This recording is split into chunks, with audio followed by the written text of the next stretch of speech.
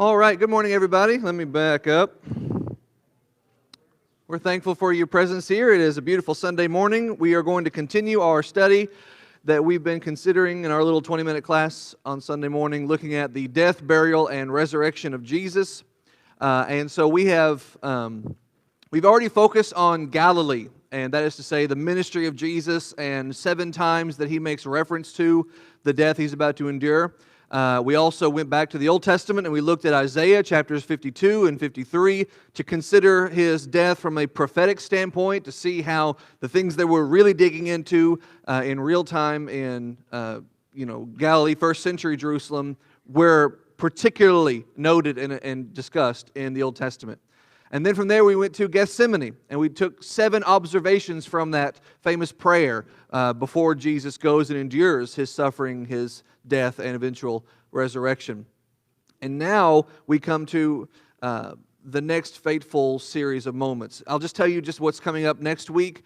It's in fact the next 3 weeks, starting next week, is a look at Jesus actually on the cross.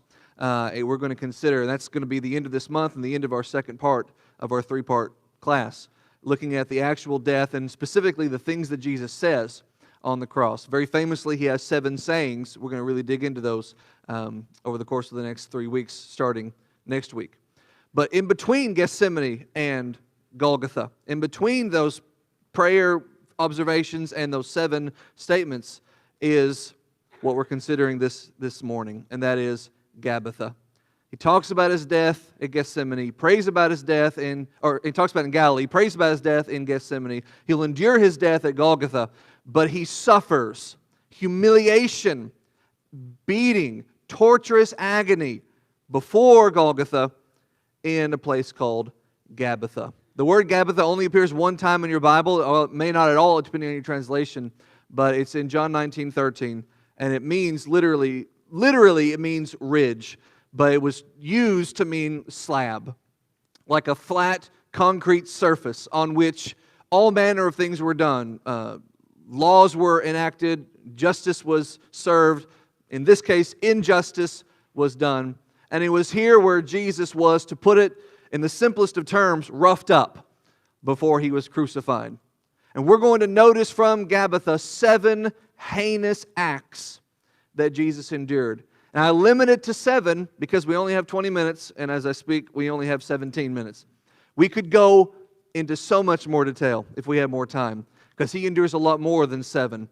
But just to hit 7 in particular, let's notice some things my Lord suffers. First of all, leading up to Gabbatha itself is agonizing, because as we left Gethsemane last week, Jesus, or the last time we were in Gethsemane, I guess it was 2 weeks ago, Jesus was praying, and we noticed his final moment, which was a special persistence. Despite all the mental agony he was going through in his prayer, he got up. It famously says he stood up and went to endure his betrayal.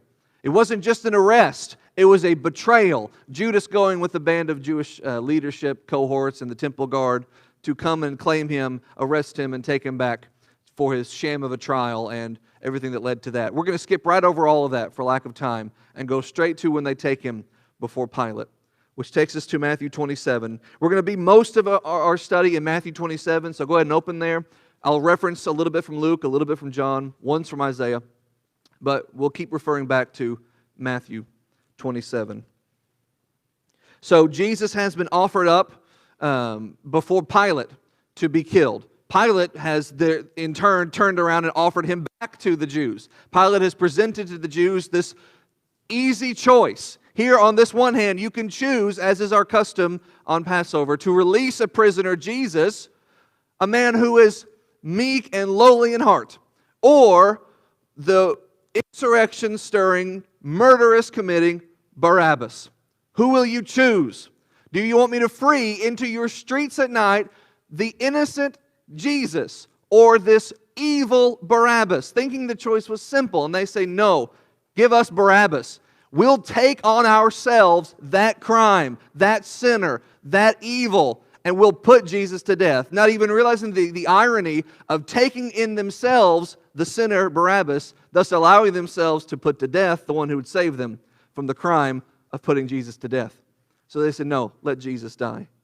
And that takes us to the first thing Jesus suffered. Matthew 27:26. They, number one, scourged him.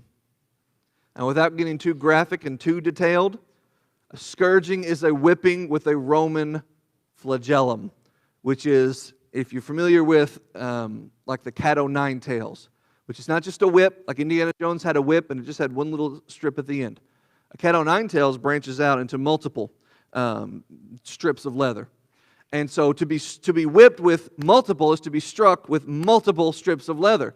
But the Romans, as you may know, are notorious for their sadism, remarkably innovative in how they can endure or bring about an endurance of punishment from their victim. They loved conjuring up new ways to make someone suffer. So instead of just striking someone with a whip that had multiple strips at the end, they tied to those strips at the end bits of bone or glass or sharpened rocks, so that they became like nails or claws. Like imagine an eagle's talon, not just one time scraping you, but smacking into your back and digging in those sharpened ends, and then snapping it back so it ripped your back. And then not just once, but twice and 3 times and 4, being struck with these razor-sharp talons, ripping your back to pieces. Now people will go to Gethsemane. Scoffers and mockers and belittlers will go to Gethsemane, and they'll see this man weeping and praying in agony. Praying in agony. Has anyone ever prayed in agony? Jesus was in agony while he was praying about what was to come. And they'll say, well, that must be a weak person. Look at this weak person who can't even think about something without breaking down and crying. My master was not a weak person. He got up to face this, knowing it was coming. He stood up from prayer and faced down his betrayer, knowing behind his betrayer was a Roman flagellum. He's not a weak man.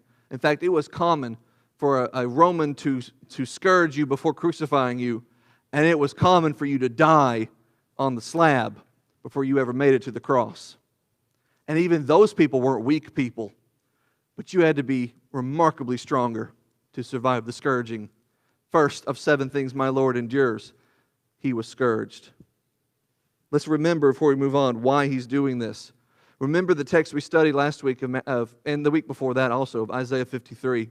He was wounded for our transgressions, bruised for our iniquities. By his stripes we are healed. To look at the back of my Lord, at least in the early stages of his scourging, was to see a back that was striped red, of flesh and blood, and flesh and blood, and muscle and sinew and blood, until eventually there was no distinction. There was no longer a striping.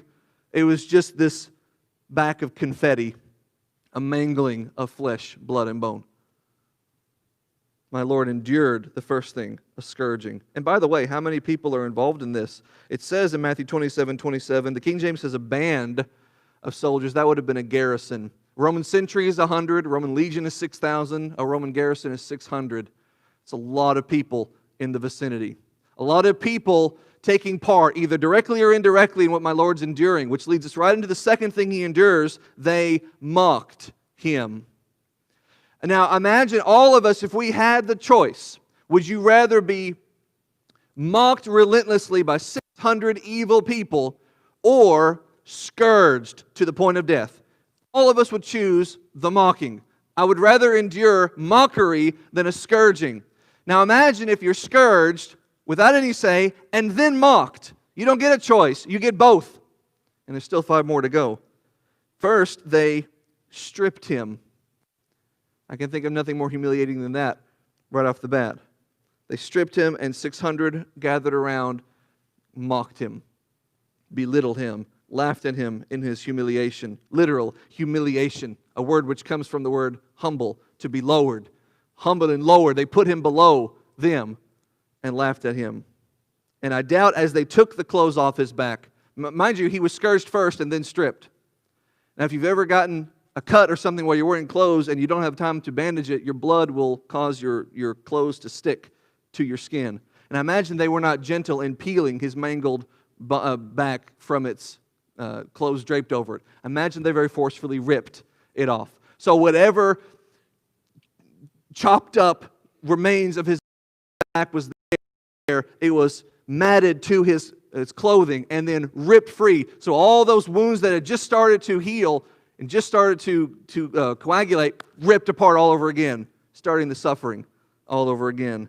And so they stripped him and mocked him. Then the King James says plaited, which is a word that means just to twist and contort and mangle into a facsimile of a crown, because he's the king, and we're going to mock his royalty. So we're going to give him a look befitting a king. So rip off his nasty clothes and let's put a crown on his head. Now the King James says they put a crown on his head.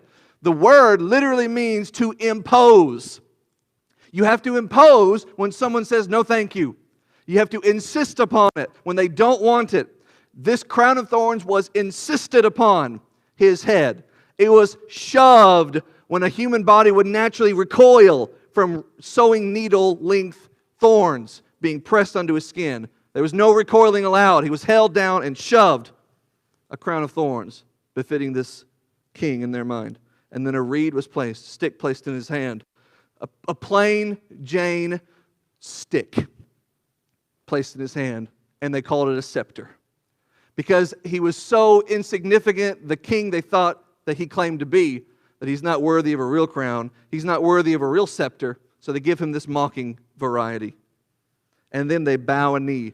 Oh, they bow the knee to Jesus. They bow a blasphemous knee and utter a blasphemous rendition of Hail King of the Jews. Which takes us to the third thing he endured.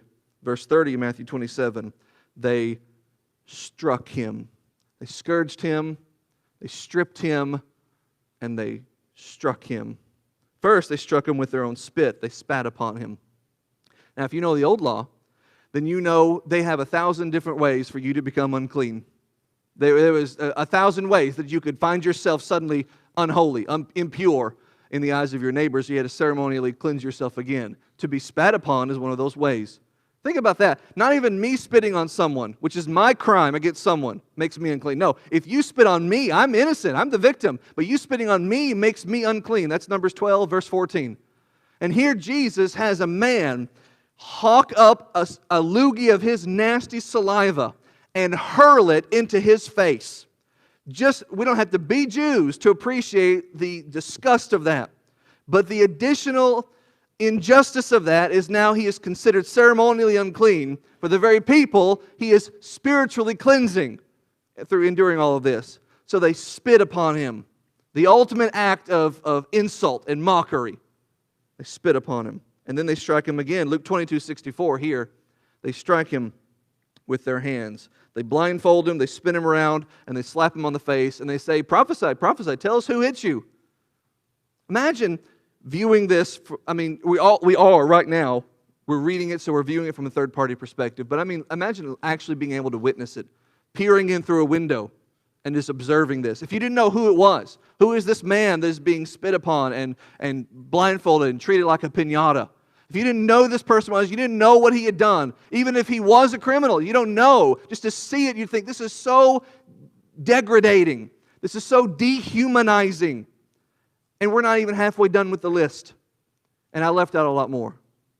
They strike him. They strike him with their spit. They strike him with their hands. They strike him, Matthew 27:30, with the reed they had put in his hand a little bit ago. They yank it from him, and they smack him on the head. You ever been hit with a big stick on the head? You ever been hit with a baseball bat? My Lord has been. And I'm not just a third party here. I'm not just an innocent bystander. As I read this, I have to remind myself I am a once upon a time guilty bystander. I am now a cleansed and set free from that crime bystander. I have to go back and read this, not because I don't feel guilty anymore. My guilt's been washed away. I'm no longer guilty of this. I was guilty of it. I will always have been guilty of it. But that sin that I took part in, which led to him enduring this, has for me been washed away. But I still have to go back and remind myself that he endured this because of my sins that are washed away. And so it doesn't bring about guilt. What it brings about is a desire never to go through this again and never to bring to myself the same kind of spiritual shame that my Lord physically endured because of my sins. Does that make sense? I read about this. Even though I've been washed free of the crime of it, I need to remind myself of it so that I don't remind Jesus of what he went through for my sin. They strike him with their hands. They strike him with their spit. They strike him with the reed. There's another one that we don't find in the gospel accounts, and it's Isaiah 50, verse 6. They strike him by ripping the beard from his cheeks. Listen to the prophet. He gave his back to the smiters and his cheeks to them that pluck out his beard. And he did not hide his face from shame and spitting. They grabbed my master's facial hair. I don't have enough to grab. But imagine if you did. Frank's not here. Imagine if you grabbed someone who had a real handful of hair and just ripping it out. Not just tugging it, but grabbing it and forcefully pulling it up that it just rips off your face. The sting and the burn and the pain and just the humiliation of it. And that there's not even a symbolicness to that. Spitting on someone, symbolic. I disregard you as a human being. Putting the crown and the reed on his hand, symbolic. You're a mocking version of a king. But just to grab someone's beard and rip it out, that's just blind evil. That's just pure, impulsive action of hatred. And that's what he took. And if you notice, of the ones we've been studying involving Jesus, Galilee, Gethsemane, now here, Jesus talked and talked and talked and talked in Galilee about his death. And he talked and he talked and he talked and he talked to the Lord in Gethsemane. And on Golgotha, as we start it next week, he's going to talk and talk and talk. 7 big statements, 7 important things he wants to say before he dies. But here, the Lord is entirely silent. At the lowest part of his humiliation, at the depths of his human despair, where he is being treated as less than a person, he has nothing to say. Get it out of your system. Do it all, and then I'll go and die for you. Fourth thing he endured, they shamed him. They struck him, they stripped him, they shamed him. Matthew 27, 32 through 35, specifically verse 35. After they put him on the cross, they strip him down, and they gamble over his clothing, and they divide amongst themselves the rest of him. Now, the standard Jewish male, the standard clothing attire for a Jewish male is 5 articles of clothing. 4 if you count the sandals as one thing, but separating them is 5. You have a sandal, you have a sandal. You have an inner garment, an outer garment, and you have a girdle, a waist, wrap that wraps around your midsection, holding it all together. So before you're crucified, you're not crucified wearing your clothing. Different depictions, different art, different illustrations paint it differently. But accurately, they take everything off of you. And then the Romans who are in charge of that divide it up amongst themselves, and they take home souvenirs. And if there's any value to it, they perhaps will sell it for themselves. And so one Roman soldier is going to walk away from this scene with the sandal of my Lord. Another's going to walk away with another sandal of my Lord. Another's going to walk away with the inner garment of my Lord. Another's going to walk away with the girdle of my Lord. And then they come to this last piece of clothing, the outer garment, which is seamless. So you cannot just rip it up and divide it amongst the group so that everybody could have an equal part. No, we've got to do something to get our hands on this because we have to finish this last bit of clothing. And so what are we going to do? Well, how about we just gamble over it? Let's cast lots for it. And then whoever wins gets to take home the prize. They have turned my master's death into a carnival game. They have turned the death of an innocent man into sport that they get to gamble over and win prizes for. It's a fall festival at the feet of Jesus while he's dying on the cross. Do you see the humiliation? Do you see the insult and the shame? So you take away my Lord's sandals. You take away my Lord's inner garment. You take away my Lord's girdle. You take away my Lord's outer garment. What is left on my master's body? He is left shamed. He's left stripped and naked, wearing only the blood that is stained on his skin.